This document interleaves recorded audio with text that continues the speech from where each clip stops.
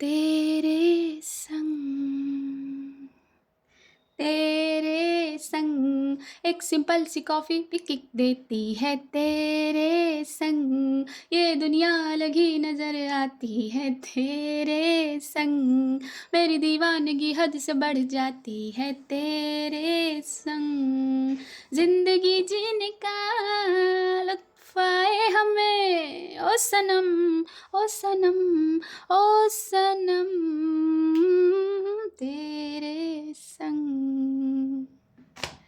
नमस्कार, कैसे हैं आप सभी? दुआ और उम्मीद दोनों है कि आप सभी बहुत अच्छे होंगे। तो बहुत बहुत स्वागत है आपका। वेलकम, खुशामदीद, अभिनंदन to my channel are only love. So flying girl के पिछले भाग में क्या हुआ था क्या नहीं, हाँ इससे तो आप बाखूबी वाकिफ़ होंगे, है ना?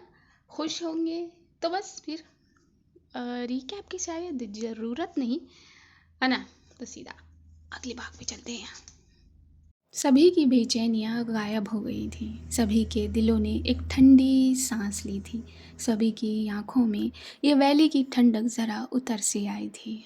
सब के सब पुरसुकून हो गए थे। पांडा उनकी नज़रों के सामने थी। इसलिए कर्नल साहब अपनी आसमानी सोल्जर को अपने घर ले आए थे और उनके आसमानी सोल्जर के पीछे पीछे पूरा का पूरा कुनबा ही आ गया था।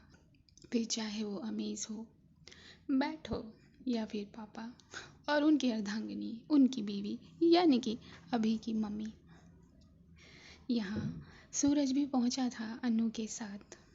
सब के सब अपनी आंखों में चमक के साथ साथ पानी लिए सिर्फ पांडा को देख रहे थे। आप लोग अगर मुझे ऐसे देखेंगे तो लगता है मैं ब्रीथ भी नहीं कर पाऊंगी। पांडा ने ये कहा था सोफे पर बैठते हुए जब उसे सहारा देकर कर्नल साहब ने बिठाया था। सॉरी। और सभी ने एक मुस्कान लेते हुए अपनी नज़रों को ज़रा झटक सा दिया। इस कमरे में और भी खूबसूरत खूबसूरत चीज़ें थीं जहाँ पर लोग अपनी नज़रें रख सकते थे, लेकिन कोई था जिसकी निगाहें, जिसकी नज़रें सिर्फ पांडा पर थीं, क्योंकि उसके लिए पांडा से खूबसूरत कुछ नहीं था, कुछ भी नहीं। और वो थी गीतिका, जो एक कोने में खड़े सिर्फ और सिर्फ अपनी स्क्वाड्रन लीडर को देख रही थी। बार बार वो अपनी आंखों को रगड़ कर पोंछ दे रही थी, उन आंसुओं को पोंछ दे रही थी जो अब शायद आखिरी लय लिए हुए थे उसके अंदर।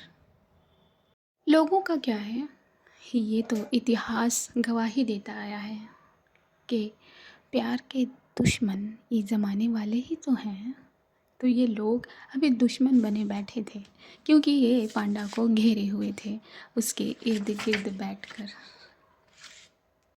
गीतिका का दिल चाह रहा था वो दौड़ कर जाए और अपनी स्क्वाड्रन लीडर की गोद में सर रखकर जो आंसू वो बार बार पोंछ ले रही है उन्हें बहा दे। उसका दिल बेचैन हो रहा था सिर्फ अपनी स्क्वाड्रन लीडर को छूने के लिए, लेकिन क्या करें, वो वहीं खड़े खड़े बार बार अपनी आस्तीन से अपनी आँखों को रगड़ती नज़र आ रही थी। उसकी निगाहें स्क्वाड्रन लीडर से हट ही नहीं रही थी। पांडा से कर्नल साहब पापा कुछ बात करने लगे थे। उनसे बात करने के दौरान पांडा बार बार अपनी निगाहों में बेइंतहा शालीनता लिए, बेइंतहा ठहराव लिए गीतिका को देख रही थी। हाँ, इन दोनों की निगाहें एक कनेक्शन बना रही थी। ये कनेक्शन बीच बीच में ब्रेक ज़रूर हो रहा था, लेकिन ये दोनों एक दूसरे को देख रहे थे। यूँ ब्रेनलेस का अपनी आँखों को पोंछ लेना पांडा बाखूबी समझ रही थी। वो देख गीतिका को लग रहा था वो देख नहीं रही, लेकिन ऐसा नहीं था। वो उसकी उन मुट्ठियों को देख रही थी जो आस्तीन लिए उसकी आँख पर जाती और वापस आ जाती। पांडा सब समझ रही थी। पांडा अपनी आँखों से कुछ इशारे करे, कुछ समझाए गीतिका को। उससे पहले ही गीतिका अपनी पलकों को गिरा दे रही थी और फिर से उन्हें पोंछ ले रही थी। क्या करें, इतना पलकों को रगड़ेंगी तो क्या ही हाल बनेगा उनका। पांडा बात तो कर रही थी कर्नल साहब और पापा से, लेकिन मन में फ़िक्रमंद थी वो गीतिका के लिए। इसी तरह कई देर तक ये दोनों एक दूसरे को ताकते नजर आए थे। तभी जरनाब सबके लिए कॉफ़ी और चाय ले आई थी। गीतिका ने जरनाब से मना कर दिया था और उसका मना करना बाखूबी नोटिस किया था पांडा ने। पांडा ने एक चाय का कप उठा लिया था। कर्नल साहब अब कुछ पापा से बातें करने लगे थे। कर्नल साहब, पांडा ने धीरे से पुकारा था। हाँ बेटा। मैं चाहती हूँ कर्नल साहब कि अभी और जरनाब का निकाह आज ही हो जाए। पांडा की इस बात पर सब के सब हैरान हुए थे और अपनी नज़रों में हैरानी भरे हुए सब ने अपने अपने चाय के कप को अपने होठों पर ही रोक दिया था और देखा था पांडा को। लेकिन बेटा, इतनी जल्दी क्या है? कल भी तो। नहीं कर्नल साहब, प्लीज़ प्लीज़, अब मेरी बात मानिए ना। तभी पापा ने कहा था, लेकिन बेटा, अब आप आ गई है ना, तो बस कल कर लेंगे सब कुछ। अंकल, आज निकाह कर लीजिए, कल फेरे कर लीजिएगा। मैं चाहती हूँ आज ही इन दोनों का निकाह हो। Please, it's my humble request to you, आप दोनों से प्लीज़। कर्नल साहब, आप अपने आसमानी सोल्जर की बात नहीं मानेंगे। मेरा मतलब, आप मेरा आग्रह नहीं स्वीकार करेंगे। प्लीज़ कर्नल साहब। अपनी आंखें ज़रा बंद की थी पांडा ने अपनी बात कहते हुए। कर्नल साहब उसे ऐसे देखकर मुस्कुरा दिए थे। मैं और अपनी आसमानी सोल्जर का आग्रह न मानूं, ये मुमकिन नहीं है बेटा।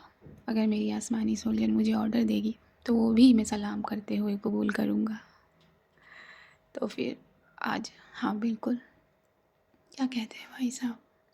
कर्नल साहब ने अपनी भौं उचकाकर पापा को देखा। पापा ने चाय का कप ज़रा टेबल पर रख दिया था और उनके होठों ने एक लंबी मुस्कान खींची थी। क्यों नहीं, सही कहा आपने कर्नल साहब। ये अगर ऑर्डर भी देंगी तो उसे सर झुका कर कबूल किया जाएगा। नहीं अंकल, प्लीज़। जब पापा ने सर हल्का सा झुका लिया था तो पांडा ने उन्हें रोक दिया था। दूर खड़ी गीतिका सब देख रही थी, सब सुन रही थी, लेकिन उसकी निगाहें जैसे किसी और को थाम ही नहीं रही थी। थाम रही थी तो सिर्फ पांडा को, पांडा के बालों को, पांडा के उस माथे को, पांडा की उस नाक को, पांडा की उस सुराही से भरी गर्दन को और पांडा के उस वॉइस बॉक्स को जो धीमे धीमे हिल रहे थे। जब जब कभी पांडा अपने दर्द से ज़रा से भी असहज महसूस कर रही थी तो गीतिका की भवें सिकुड़ जा रही थी। लेकिन पांडा, इसकी क्या ज़रूरत है? तो कल कर लेंगे ना हम निकाह, अभी निकाह। बस कर, तेरे दिल का हाल मैं जानती नहीं हूँ क्या? बस कर पांडा, अगर तू मेरे दिल का हाल जानती तो क्या, तो तू यूं यूं मुझे न धकेल देती जेट से। अभी ये सब बातें बाद में करना, जब हम दोनों अकेले हों, अभी नहीं। वैसे ही हैं कई पागल लोग जिनमें दिमाग नाम की चीज़ नहीं है। अपनी पलकों को रगड़ रगड़ कर ख़त्म करना चाहते हैं और रो रो के अपनी आँखों को बाहर लाना चाहते हैं। देख ज़रा जरनाब का हाल। कितनी चतुराई से पांडा ने जनाब और गीतिका को एक ही वाक्य में भर लिया था। अभी की निगाहें जनाब पर गई थी। वो इसलिए नहीं रो रही है, वो तेरे लिए रो रही है पांडा। जानती हूँ मैं, अभी तुझसे ज़्यादा जानती हूँ मैं जरनाब को, इसीलिए तो कह रही हूँ ना, जो मैं उनसे वादा करके गई थी वो वादा मैं पूरा करना चाहती हूँ कर्नल साहब। दोनों पक्षों की मम्मियाँ भी थी वहाँ, तो उनका दिल ज़रा उथल पुथल करने लगा था कि इतनी जल्दी सब चीज़ें कैसे होंगी। कर्नल साहब अब ज़रा खड़े हुए थे अपनी कमर को ताने। चलिए चलिए भाई साहब, अब तैयारियाँ करें। हाँ हाँ, थोड़ी बहुत तो करनी ही होंगी। पापा और कर्नल साहब ज़रा यहाँ से कदम अपने बाहर ले गए थे। कर्नल साहब ने काजी साहब को फ़ोन लगा दिया था और इस टोली ने जब सुना कि चलो भाई निकाह तो हो ही रहा है, तो वो लोग भी अपने अपने रंग में आ गए थे। जो भी तैयारियां करनी थी वो करने लगे थे। फिर चाहे निकाह के स्टेज को सजाना हो, चाहे जरनाब को सजाना हो। जरनाब को सजाने के लिए सिर्फ यहाँ 2 लड़कियाँ ही थीं, क्योंकि जो जरनाब के घर मेहमान आए हुए थे वो धीरे धीरे करके चले गए थे।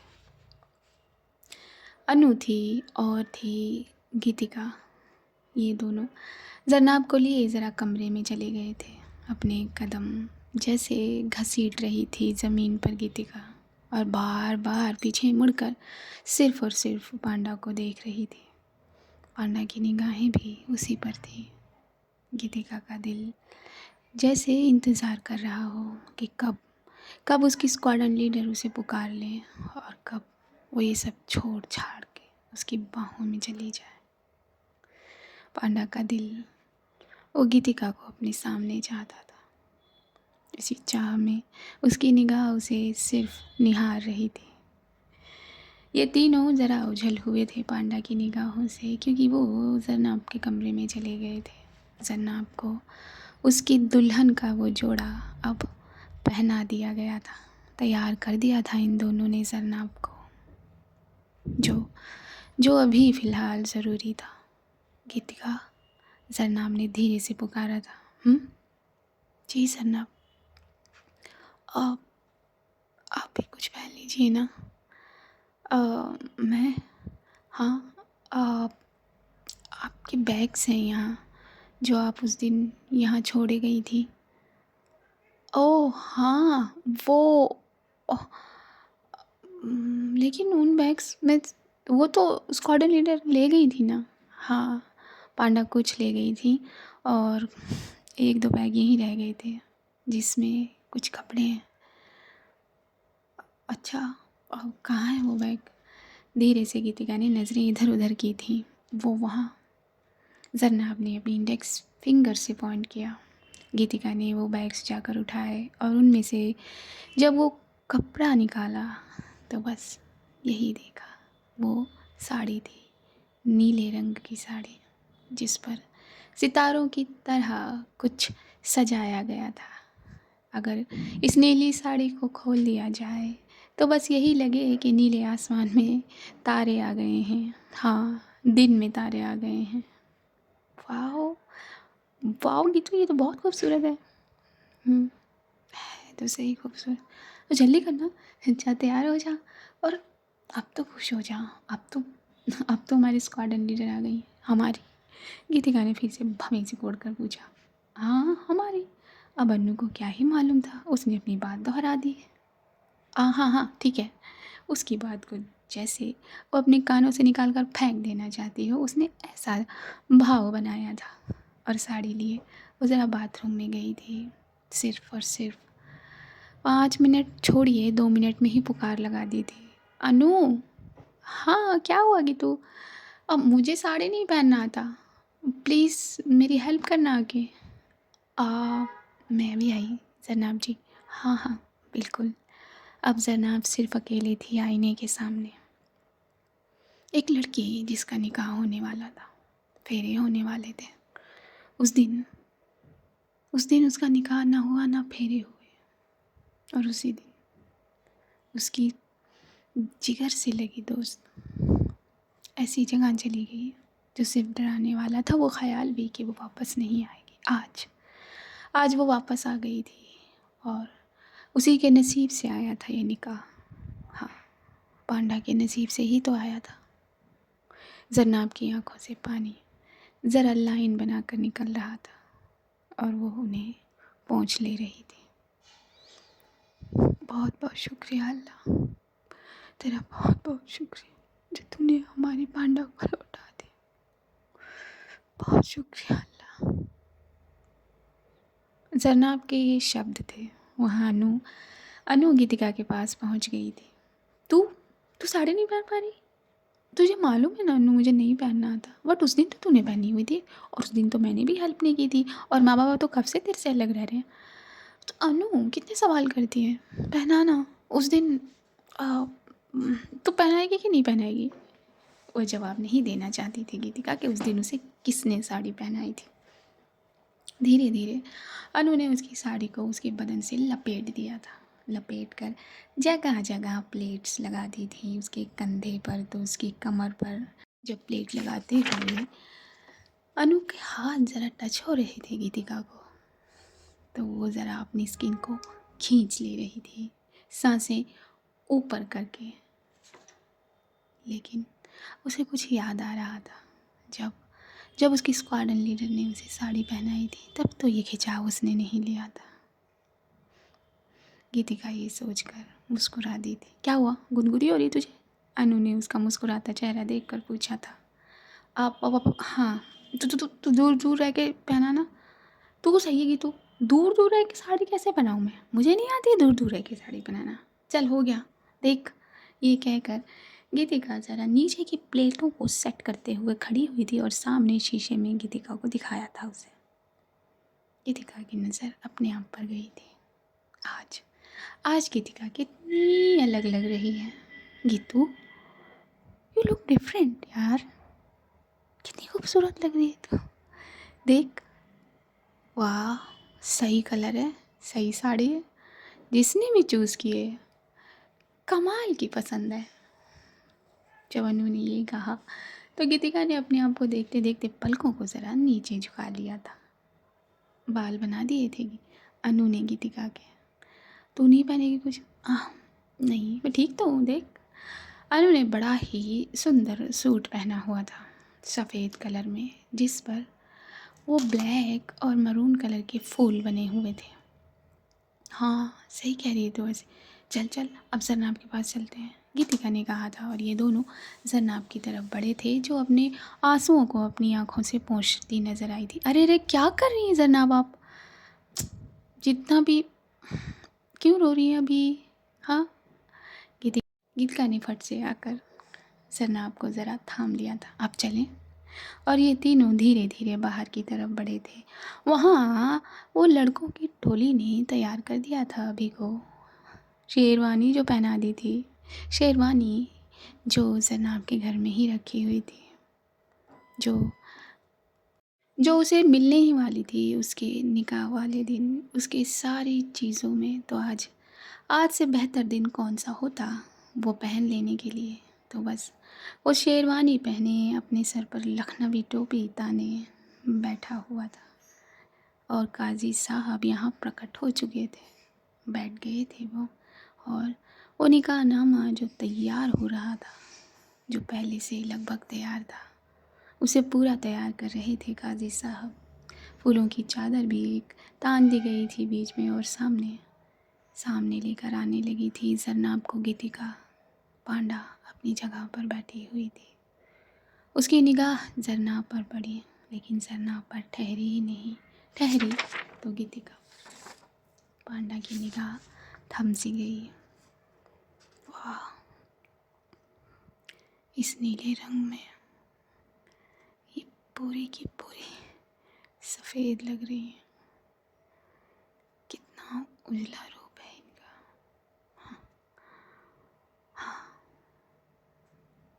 पांडा तो गीतिका को देख ही रही थी, लेकिन कदम दर कदम गीतिका की आंखें अपना कनेक्शन पांडा की आंखों से मजबूत बनाती जा रही थी। अब जरनाब को बिठा दिया था गीतिका ने, लेकिन उसकी निगाहें पांडा पर थी, पांडा की निगाहें गीतिका पर। इन दोनों की आंखों ने एक डोर बांधी थी। यहाँ डोर में कई फूल बंधे हुए थे, लेकिन इनकी आंखों की डोर इन सब डोर से मजबूत थी, बेहद मजबूत। खिंचाव दे रही थी दोनों की आंखें। दिल धड़क रहा था दोनों का, तेज तेज। लेकिन लेकिन गीतिका की आंखों से पानी गिरने लगा था, जब उसे वो एहसास फिर से फील हुआ, जब पांडा उसके साथ नहीं थी उसकी स्क्वाड्रन लीडर उसके पास, ना बेड पर, ना बालकनी में, ना रसोई में। अपनी हथेलियों को रगड़ती नज़र आई थी गीतिका। ये सब सोचकर उसकी आंखों के आगे से एक एक करके इतनी स्पीड में वो सारी चीज़ें गईं कि उसका दिल बाहर आ जाना चाहता था, लेकिन निगाहों ने वो तार नहीं तोड़ा जो पांडा से बंध गया था। लेकिन गीतिका गीतिका अपने आप को रोक न पाए, फूट फूट कर रोने लगे। इससे पहले ही उसने अपने कदम बाहर की तरफ कर दिए थे। वो जरनाब के घर के बाहर आ गई थी। वो छोटा सा गार्डन जो कर्नल साहब ने अपने रिटायरमेंट के बाद तैयार किया था, उसी में आ गई थी गीतिका। और अपनी अपनी दोनों हथेलियों से उसने अपने चेहरे को छुपा लिया था। रोने लगी थी वो अपनी उन्हीं दोनों हथेलियों में। उसकी थोड़ी देर बाद ही पांडा के धीमे धीमे कदम उसी गार्डन में पहुंच गए थे। वहाँ काजी साहब ने जरनाब से कबूलियत पर साइन करवा लिए थे और अब अभी की दस्तखत लेने के लिए उसके पास पहुंची थी पांडा गीतिका के पास। बस 10-12 कदम की दूरी लिए पांडा रुक गई थी। उसका वो पैर ज़्यादा चलने नहीं देता था उसे, क्योंकि वो बाँस की पतली पतली डंडियाँ सीधी जो रहती थी।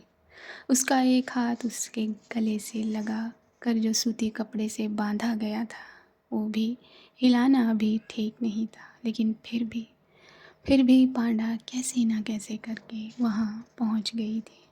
दूर खड़े उसने देखा था कि गीतिका रो रही है। वो फिर से अपनी आँखों को रगड़ती नज़र आई थी, फिर से अपने गालों को रगड़ती नज़र आई थी। फिर से उसका सीना फिर से हिचकियाँ ले रहा था। फिर से ऊपर से ये वैली, इतने दिन से इस वैली के आसमान पर एक बर्फ़ का टुकड़ा नहीं था, लेकिन आज देखो ये बर्फ़ की बारिश कर रही थी। ये मौसम ज़रा रोमांवी हो गया था। हाँ, ये हवा जब बर्फ़ से मिल रही थी तो लग रही थी बदन में। पांडा ने धीरे धीरे अपने कदम गीतिका की तरफ किए थे, बिना कुछ कहे। और बहुत जद्दोजहद कर लेने के बाद वो ठीक गीतिका के पीछे पहुंच गई थी और खड़ी हो गई थी। गीतिका रोने में ज़रा व्यस्त थी। पांडा ने अपने लबों को ज़रा गीतिका के कानों पर रख दिया था। Congratulation, I love you. जैसे ही गीतिका के कानों में पांडा के वो लफ्ज़ पड़े, फ़ौरन से भी पहले वो कहते हैं ना, पलक झपकते ही 100 मिलीसेकंड उतना ही वक्त लिया था गीतिका ने पलटने में। पलटकर वो जो ज़ोर से जो फोर्स लिए पांडा के गले लगी थी, उससे किसी को भी धकेल कर बहुत दूर तक गिराया जा सकता था। लेकिन पांडा सिर्फ और सिर्फ एक कदम पीछे हुई थी। गीतिका ने उसे अपनी बाहों में जकड़ लिया था, अपने दोनों हाथ को उसके गले में डालकर उसे बिल्कुल पकड़ लिया था। ये फिल्मी स्टाइल वाला इजहार पांडा ने किया था। आप, मुझे नहीं मालूम था ब्रेनलेस, ये बोलते ही आप मेरी हड्डियाँ तोड़ना चाहेंगे। आपने मुझे बहुत ज़ोर से पकड़ा हुआ है। क्या जान लेने का रहता है, हड्डियाँ तोड़ देना चाहती हैं आप मेरी? हाँ, मैं सब कुछ तोड़ देना चाहती हूँ। ये सुनकर पांडा सिर्फ हंसी थी, सिर्फ मुस्कुराई थी और गीतिका की वो तेज चलती सांसों को बाखूबी अपने बदन पर महसूस कर सकती थी। इतनी तेज जो उसने पकड़ा हुआ था, उसे अपनी बाहों में जकड़ा हुआ था। उसका गला बंधने लगा था गीतिका की बाहों में। पांडा ने अपने एक हाथ को गीतिका की उस बेपर्दा कमर पर सरका सा दिया था। उफ, कोई ऐसे भी मारता है क्या? हम्म, हाँ मारता है। अच्छा, तो ज़रा सामने तो देखिए, मैं भी तो देखूं कि इस खाली दिमाग में कितनी बर्फ़ जमाई है आपने, जो कब से पिघलती चली जा रही है। मैं भी तो देखूं इन निगाहों में जब मैं आती हूँ तो ये आंसू कैसे रहते हैं। पेनलेस। हाँ, सामने हुई प्लीज़। ज़रा खींच कर सामने करना चाहा था पांडा ने गीतिका को, लेकिन गीतिका ने अपनी गर्दन को ज़ोर से ना में हिला दिया था। ब्रेनलेस। मुझे नहीं मालूम था कि इस हार करने के बाद ये सज़ा मिलती है। मुझे तो लगा, क्या क्या लगा आपको? ये कहकर ज़रा सामने हुई थी गीतिका, और इन दोनों की निगाहों ने फिर से एक दूसरे से तार बांधा था, बहुत बहुत मजबूत वाला तार, जिसमें इन दोनों के वॉइस बॉक्स ज़रा घूंट लेते नज़र आए थे। मुझे आपके होठों की नमी चाहिए, आँखों की नहीं। धीरे से कहकर पांडा ने अपने उस कमर वाले हाथ को ज़रा और रगड़ दिया था। आपने आपने मुझे बहुत रुलाया। आप कहाँ चली गई थी मुझे छोड़कर? मैं गई थी छोड़कर आपको। आप गई थी उस दिन नाराज़ होकर। अगर आप उस दिन नाराज़ होकर नहीं जाती तो मेरी पूरी बात सुनती, है ना? इसीलिए तो कहती हूँ, दिमाग नाम की चीज़ ही नहीं है। हाँ, दिल बहुत प्यारा है मेरी ब्रेनलेस का। फिर से बोलो, मेरी ब्रेनलेस। अब आप देंगी या नहीं, या फिर वापस जाऊँ? इतना ही कहा था पांडा ने कि गीतिका ने उसको अगला शब्द कहने ही नहीं दिया। फट से उसने अपने होठों में पांडा के वो होंठ पकड़ लिए और अपनी आँखों को बंद कर लिया। सांसों को महसूस करने लगे ये दोनों। आज के भाग में इतना ही। अब मिलेंगे अगले भाग में। तब तक के लिए दुआ करिए कि जल्दी से ये अगला भाग आप तक पहुँचे, है ना? हाँ, तो दुआ करिए पेरेंट्स के लिए, हमारे पेरेंट्स, अपने पेरेंट्स, सबके पेरेंट्स के लिए दुआ करिए, नीडी चिल्ड्रंस के लिए दुआ करिए, इंसानियत के लिए दुआ करिए, हर उस प्रेग्नेंट लेडी के लिए जो अपने अंदर एक नन्ही जान को पाल रही है, सींच रही है और उसका वजूद देने की तरफ अग्रसर है। बस दुआ करिए, दुआ में बहुत ताकत है। और मुझे दीजिए इजाज़त। नमस्कार।